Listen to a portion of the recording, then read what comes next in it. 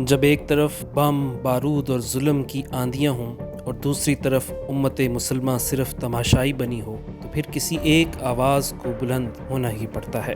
10 April 2025 اسلام آباد قومی فلسطین کانفرنس۔ ایک بزرگ عالم دین شیخ الاسلام مفتی تقی عثمانی پورے یقین، درد اور جرأت سے امت مسلمہ اور اسلامی حکومتوں کی ذمہ داریوں پر دو ٹوک انداز میں روشنی ڈالی۔ یہ کوئی عام بیان نہیں تھا بلکہ امت کو خواب غفلت سے جھنجھوڑنے کی ایک للکار تھی۔ مفتی منیب الرحمن، مولانا فضل الرحمن اور ملک بھر کے جید علماء نے اس فتوے کی تائید کی، اور شاید ہی پوری دنیا میں بالعموم اور پاکستان میں بالخصوص کوئی معتبر عالم دین ایسا ہو جس نے مفتی تقی عثمانی صاحب کے موقف کی حمایت نہ کی ہو۔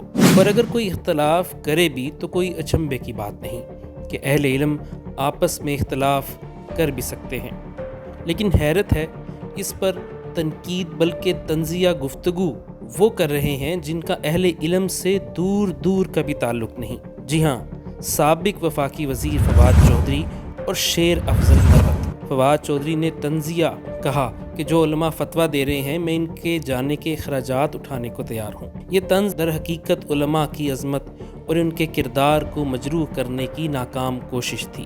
شیر افضل مروت، انہوں نے تو ہر حد پار کر ڈالی۔ یہ جو مفتی تقی عثمانی صاحب پہ فرض ہے کہ جہاد کا آغاز اپنے گھر سے کریں، اور وہ مرسڈیز جس میں وہ پھرتے ہیں وہ بیچ دیں اور فلسطینیوں کو دان کر دیں۔ BMW سر 8 کروڑ کی، BMW 8 کروڑ کی، صرف BMW 8 کروڑ کی نہیں ہے، ماشاءاللہ مفتی تقی عثمانی صاحب مدد دام برکاتہ و عرباتہ و کرباتہ۔ یہ انداز گفتگو خود ان کی علمی پستی اور فکری بانجھ پن کو ظاہر کرتا ہے، مگر جواب آیا اور کیسا آیا۔ حضرت مفتی تقی صاحب نے کتنا زبردست، کتنا بہادری کا کام کیا، اور کس طرح ببانگ دہل انہوں نے ایک اسپیچ کی ہے، اس پہ بھی لوگوں کو شرم نہیں آ رہی، اس پہ بھی نیگیٹو کمنٹ چل رہے ہیں۔ اب یہ مولوی صرف تقریر ہی کر سکتے ہیں، بھائی وہ آرمی کے چیف تھوڑی ہیں کہ بم لے کے پہنچ جائیں وہاں پہ۔ کیا ناقدین کو یہ یاد نہیں کہ افغان میں ہزاروں علماء اور ان کے بیٹے شہید ہوئے؟ یہ تانا دینا کہ علماء خود میدان میں کیوں نہیں جاتے تاریخی جہالت کی علامت ہے۔ افغان میں ہزاروں علماء اور ان کے بیٹے لڑے اور شہید ہوئے۔ مفتی تقی عثمانی کا فتویٰ دراصل حکومتوں اور ریاستی افواج کو متحرک کرنے سے متعلق ہے۔ وہ ایک بزرگ عالم دین ہیں اور مفتی ہیں جن کا کردار امت کی رہنمائی کرنا ہے۔ مفتی تقی عثمانی نے کسی ہجوم کو خود ساختہ نہیں اکسایا، بلکہ حکومت وقت اور مسلم ممالک کی افواج کو قانونی طور پر شریک ہونے کا کہا ہے۔ یہ نقطہ خود مفتی صاحب کی تقریر میں بھی عیاں ہے۔ فواد چودھری اور شیر افضل مروت جیسے ناقدین کو تاریخی حقائق کو یاد رکھنا چاہیے، مگر آج بعض لوگوں کو علماء پر تنقید صرف اس وقت یاد آتی ہے جب کوئی مولوی ظلم کے خلاف آواز اٹھائے۔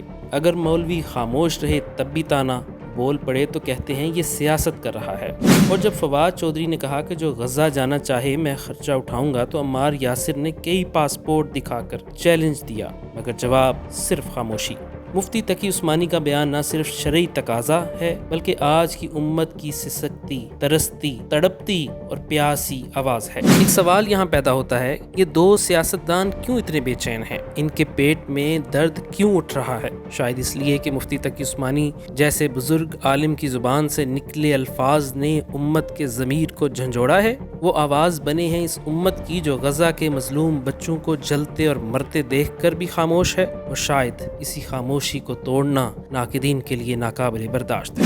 یہاں یہ سوال بھی بڑی شدت سے اٹھتا ہے کہ پیغام پاکستان جیسے ریاستی بیانیے کی روشنی میں، جہاں یہ واضح طور پر درج ہے کہ ہتھیار اٹھانا صرف ریاست کا اختیار ہے، تو پھر فواد چودھری اور شیر افضل مروت کس منہ سے مفتی تقی عثمانی پر طنز کر رہے ہیں؟ مفتی صاحب نے نہ تو خود ہتھیار اٹھایا، نہ کسی فرد یا گروہ کو اکسایا، بلکہ پیغام پاکستان کے عین مطابق ریاستی سطح پر کی ذمہ داری کی یاد دہانی کروائی ہے۔